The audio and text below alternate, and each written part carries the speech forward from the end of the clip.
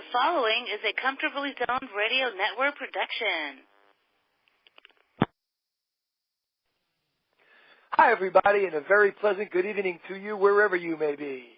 The F&M Schaefer Brewing Company raises a glass of cold Schaefer beer in your honor, and Lucky Strike's blowing smoke rings at you from the studios of Comfortably Zoned Radio. And it's time for Dodgers baseball, a tale of two cities from Brooklyn to Los Angeles. I'm your host, Peter Trunk, and my co-host is Ronnie Rabinovitz. Ron, how are you doing tonight? Good, Peter. I'm doing great, thank you. There you go. Good to be back with you. Good to hear you and hear your voice and talking to you off the air. I know that you're going to be fine and everything is really looking up for you, and I'm very, very happy. Well, thank God. Very happy for that. That's great. Thank you, partner. That's great. I really appreciate it. Yeah. Well, fine guy. You're a fine guy. Listen, I was reading the other day, I was reading a book called When Only the Ball Was White. And it's about the Negro Leagues and about the black stars back in the 20s and 30s, you know, and the old Negro National League and the Negro American League and this and that. And it got me thinking, you know, only the ball was white. And I remember when I was a young man, the owner of the Oakland A's, Charlie Finley, tried an experiment in spring training in 1972 to use orange baseballs in a game. I remember that. Yep, and he did. They did. The A's were playing the Indians in Arizona, spring training game, and they used orange baseballs, and they thought, you know, that this might be the wave of the future. The players might be able to see the ball a little bit better. And Charlie, of course, being the blowhard that he always was, Charlie Finley, he tried, you know, Finley was shouting for an orange ball and taking bows and, you know, as a daring innovator. And only he could. I couldn't really fathom that because, you know, people aren't old enough or they don't read enough to know that 35 years before that, there was a guy named Larry McPhail who ran the Brooklyn Dodgers in 1938. And not only did he use a yellow baseball, he used the yellow baseball in an actual National League game. Really? The first game of a doubleheader in 1938. The Dodgers were playing at Ebbets Field, and before their largest weekday crowd, because it had been announced they were going to use the yellow ball. And the Dodgers actually defeated the Cardinals 6-2 using the yellow balls. And Cards Johnny Mize hit a home run, but that was the only home run in the game, so it really didn't help with any home runs. The yellow ball didn't. But after the game, they talked to the Dodgers pitcher, Fat Freddie Fitzsimmons, who went the distance. He had a complete game in that 6-2 victory, and he only said that the dye came off the ball in his hands because his hands sweat. And Dodger pitcher Fat Freddie Fitzsimmons, I'll read it to you, who tossed the complete game for the win with the yellow ball, had only one major complaint, and it resulted in the entire side of his uniform stained yellow, where he kept wiping his pitching hand. The yellow dye came off in my sweaty hands, said Freddie, and made my fingers a little bit sticky. But, you know, it not only was used in a major league game, it was successful. I have a colored picture from 1938 of Fitzsimmons actually pitching the ball. And the ball's like halfway to the plate, and you can see it's yellow. And they did use a dye. They did use a dye that came off a little sticky if you rubbed it with your sweaty hands and stuff like that. It was a little bit weird, but the umpire after the game said he could see the ball better. The fans say that they could follow the ball better. The fielders said that they could follow the ball better. That's really strange. Yeah, it's weird. Because of the day after the game. fielders, so Peter, the fielders, with the sunshine out and a yellow ball, that surprises me. Yeah. Well, I'll tell you why it shouldn't. Because the white shirts that usually made up the background for the hitters, you could see the yellow ball. Yes, that's true. That's true. And, you know, I don't know. I've never played baseball with a yellow ball, except maybe a softball game. But that doesn't really count. But anyway, the day after that game, on August the 3rd in 1938, New York City newspaper advertisement appeared for Gimbel's. Gimbel's was the department store located near Macy's in New York City. Gimbel's was promoting the fact that they were selling the yellow baseballs for $1.59. Huh. I love it. The National League actually voted. You're not going to believe this one because I didn't believe it. The National League actually voted to permit the use of yellow baseballs. Yeah. As long as both opposing managers agreed to its use before each game. Now, don't ask me why they never used it again, because they didn't. Maybe a couple of times they tried it again, but it never came into use. And but the whole league voted to double header. That was a doubleheader. Second game was use a white ball. Oh, that's the Dodgers won that game. The Dodgers won that game 9-3. They swept the doubleheader. Yeah, they swept the doubleheader from the Cardinals, but they used a white ball, the regulation white ball, in the second game. Yeah, but you know, Charlie Finley thought he was doing something great in 1972 out in Arizona, and McPhail had already done it. And many years before. The reason, the impetus to the whole plan was the season before that, 1937. The great Hall of Fame catcher Mickey Cochran was beamed, and he never played again. He ruined his career. He was finished because he got beamed, and people were saying, "Well, it was because of white shirt." Yeah, as a batter, sure. And he said he couldn't see the ball out of the white shirts and the fans sitting in the center field bleachers. So baseball did a study on it and leave it to Larry McPhail. He comes up with the yellow ball. Now, Babe Ruth was a first base coach in 1938 for the Dodgers. And he said after the game,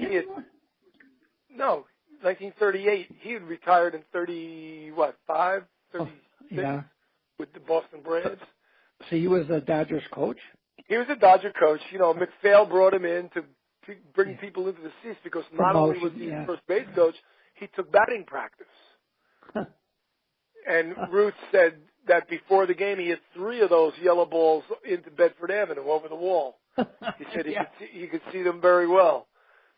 He could see them very well. So, you know, there's something to that. And I thought it was funny. I thought it was funny that the next day Gimbel's was selling the yellow baseballs for $1.59 each. Yeah. That's funny. The very next day. It is. I wonder how well they sold them. How well they did. I don't know. $1.59 sounds a little expensive to me.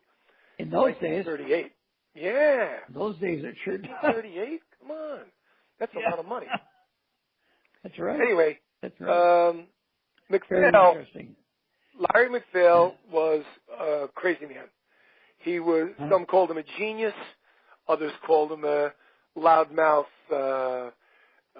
alcoholic, but whatever he was no slouch. When before he came to Brooklyn, it took him 3 short years after taking over the dilapidated franchise out in Cincinnati, the smallest city in Major League Baseball, and he revived the moribund box office, built a team that would win 2 National League pennants and a World Series. Wow. And he introduced night ball. Larry McPhail started night baseball out in Cincinnati. Then he moved on to Brooklyn. Yep. He moved on to Brooklyn. McPhail did. His first 4 years tenure at Flatbush would be amusingly remembered by the New York newspaper writers as the reign of terror. And with the Dodgers deeply, that was when the Dodgers were the jokes of the league. They were like the Happiness Boys, always finishing, finishing last place or second to last place every year. Balls were hitting the outfielders in the head, 3 men on the same base, crazy stuff. But when McPhail got there, the Dodgers were in deep debt when McPhail got there. They were in deep debt to the Brooklyn Trust Company. But McPhail, he actually borrowed more money, a lot more money. And he installed lights in Ebbets Field. He redid the whole ballpark. So were they the second team to have lights?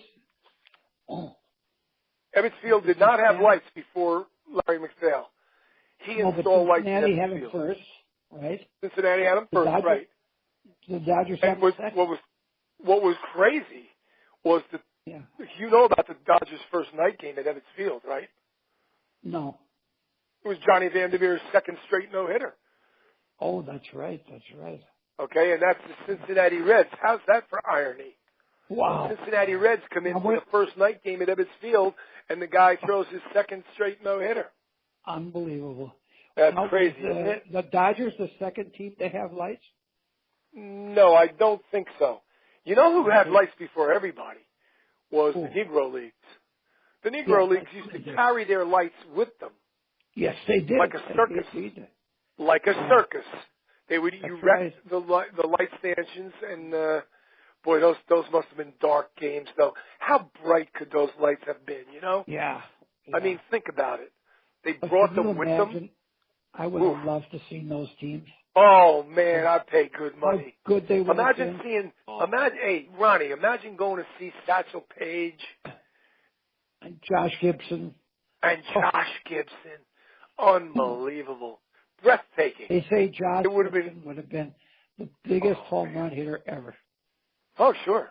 No doubt about it. Yeah. No doubt about it. Those were the days, boy. Anyway, he put lights in Ebbets Field. He signed Babe Ruth as the first base coach, which we just talked about. He made him take batting practice, which helped. Yeah. And when a team that finished next to last on merit, McPhail pumped up the home attendance from 450,000 to 750,000 in his very first year in Brooklyn. He started radio broadcasting in New York baseball. Wow. He hired Red Barber. Well, he had Red Barber out in Cincinnati. Yeah. He had Red Barber out in Cincinnati. He brought him into Brooklyn. When he came to New York did not broadcast any of their games. All of the owners, especially the Yankees, all of the owners thought that would hurt their attendance. So they didn't broadcast any games. They thought that would keep the fans would stay home and just listen to the game on the radio and would never come out to the ballpark. McPhail, on the other hand, knew better. Radio. They were the first team to have radio. In New York City, right. In New York City. And McPhail knew better. McPhail was smart. He knew that if he put baseball on the radio, that the women would listen and they would learn about baseball. That's why the Dodgers were the first with Ladies' Day. They had Ladies' Day. Brooklyn fell in love with Red Barber. Brooklyn women fell in love with Red Barber. Yeah. They learned about baseball. They became fans. They're paying customers. Come on, let's go. Get with it. And I'm telling you, he did so much stuff, Larry McPhail did, that it was just amazing. Well, he was so amazing. He was an amazing guy, Yeah, he really was. He really was. He created the Dodger Press Club. He created so many different things. Yeah. He's the guy who started giving the Dodger Press, the press that followed the Brooklyn Dodgers, he gave them free sandwiches and beer. Huh. Okay? He fed them their lunch. Okay? Yeah. How bad can you write about a team that's giving you booze and food, right? So he was a smart guy, boy. He was no dummy. He was no dummy. Oh, boy. I'm telling you. He also installed the pipe organ in Ebbets Field and hired Gladys Gooding. Oh my God. Gladys Gooding used to play the national anthem and sing the national anthem, and then play all the songs in between innings and stuff. He got her in there. So, the Dodgers were the first team to travel by air. Not that they traveled all over the place by air, but certainly on their long trips, St. Louis, Chicago, whatever, MacPhail had them on an airplane. Now that's unheard of. Nobody. That's right. That's right. He was unbelievable. He was the first guy to hire DeRocher as a manager. It's amazing. DeRocher was a player.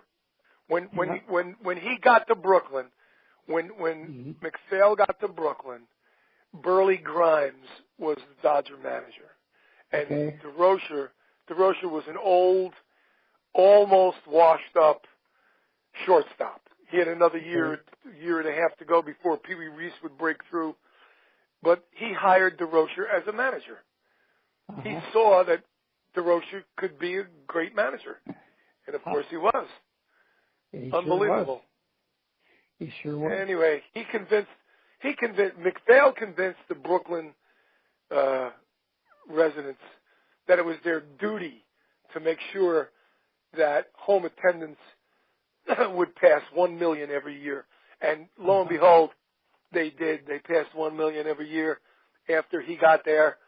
After a couple of years, the pennant-winning team in 1941, when he went out and got Dolph Camilli and Whitlow Wyatt, he was uncanny.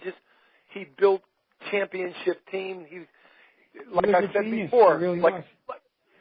before, some people called him a genius. Other people said, no, he was no good. He was a drunkard. He was this, he was that. Well, you want to know something? There are a lot of drunkards in baseball, and not all of them came out on the plus side. Look at the Giants owner, Horace Stoneham. He was a drunk. He never built anything. No. He had nothing to be proud of baseball wise. He was never an innovator of any sort at all. In fact, he was O'Malley's dog, really, if you think about it. Right. Exactly. He was O'Malley's little puppy dog. He did whatever Walter told him to do. Yeah. You know. Right. Anyway, that's just some amazing. Some things I was just thinking about. When I saw that book, Only the Ball Was White, it clicked a little thing off in my head about the first of all, the orange baseball, and then I looked into it, and then the yellow and the yellow baseball 35 years before that. Yeah. Quite interesting stuff. Very interesting. Very interesting. Very stuff. interesting. I love anyway, all that history. As we come down after our first 20 minutes here, talk about yellow baseballs, orange baseballs, Lee MacPhail. The Dodgers never again, to this day, after MacPhail, never fell back into the dappiness boys again. They never became the laugh, the butt of jokes of the league like they were before MacPhail got there. Right. They not only didn't necessarily, they weren't the butt of anybody's jokes, they were the class of the National League. I would say that the Brooklyn Dodgers and the St. Louis Cardinals were both the class of the National League for years and years and years. Sure.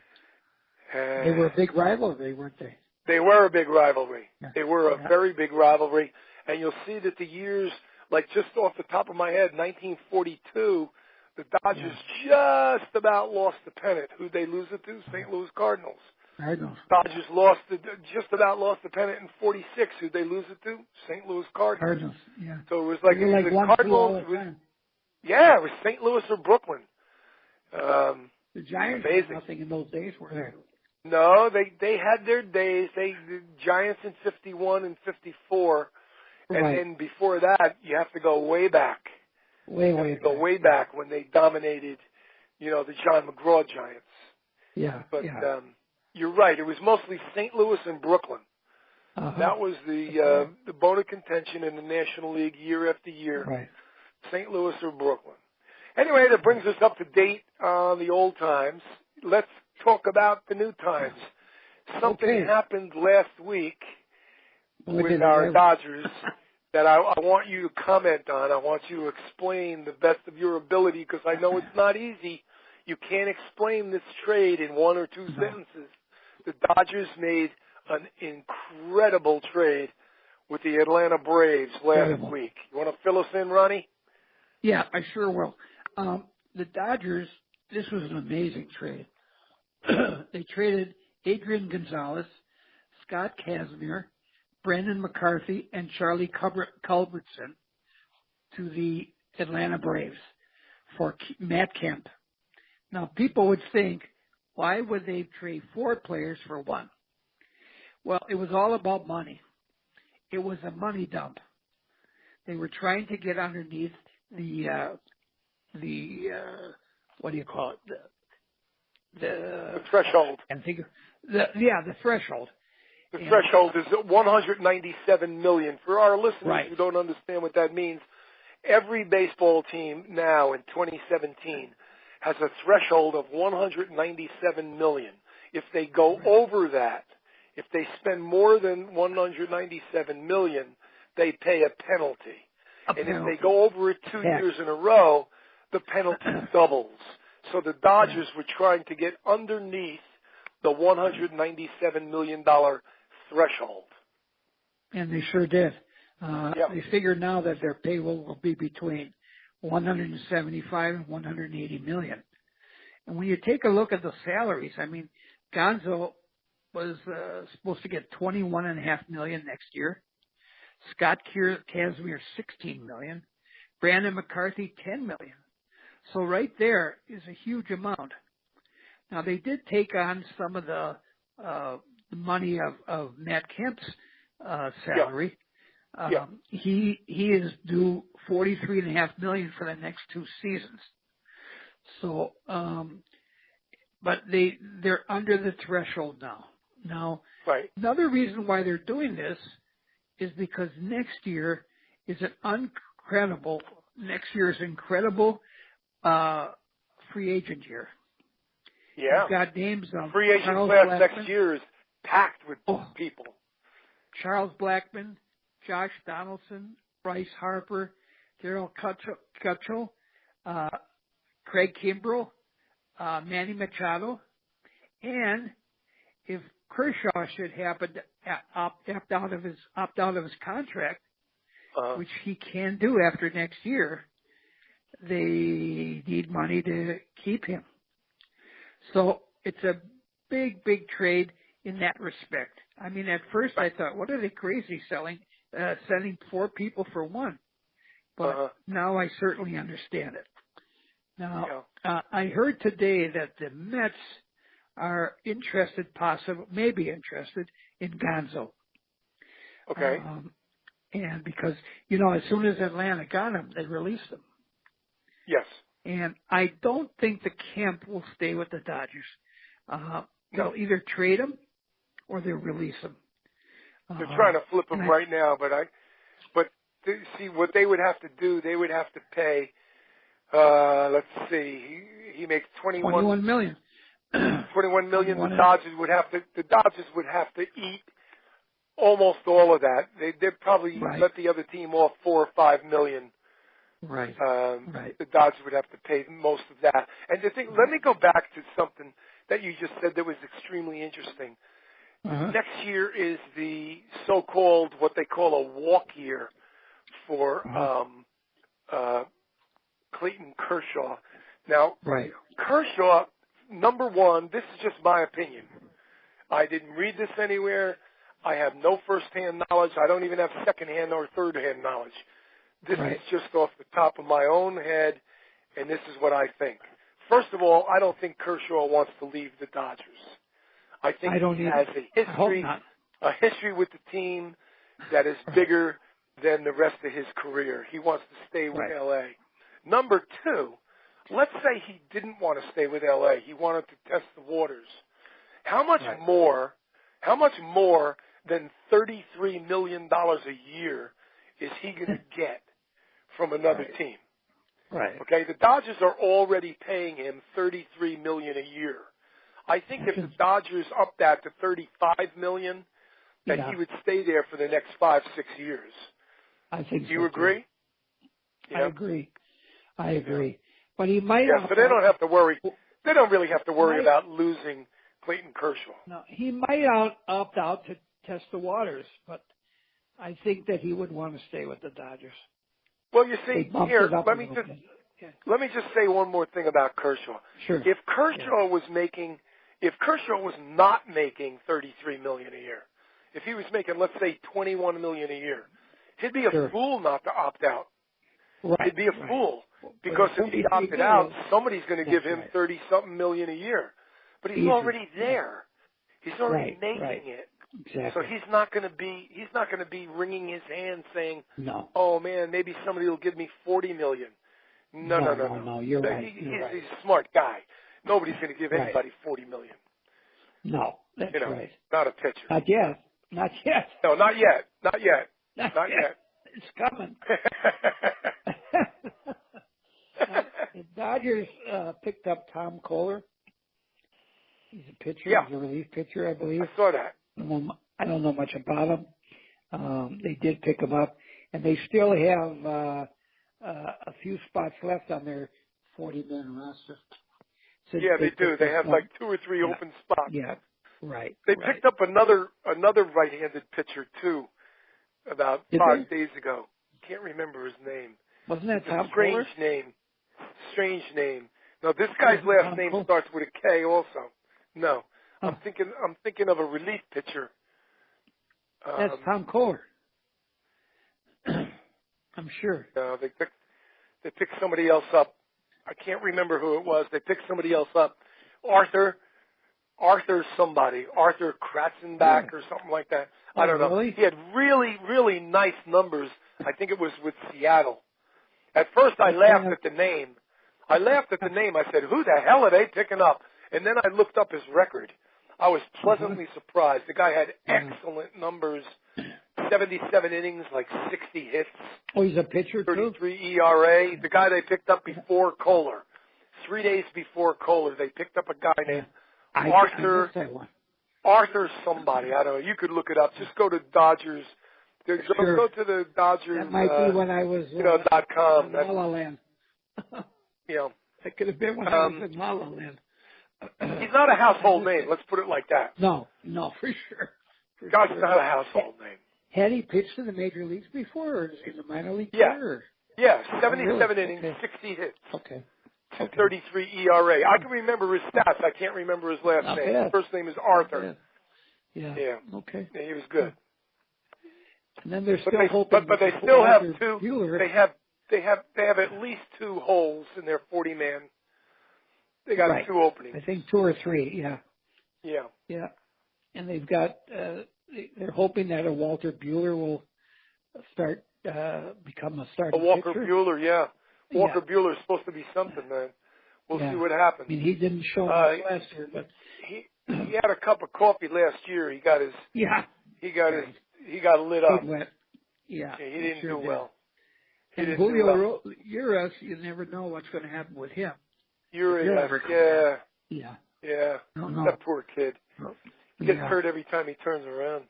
Yeah, he sure does. He sure does. Talking about Gonzo to the Mets. That's not as dumb as it sounds. I'm going to tell you why.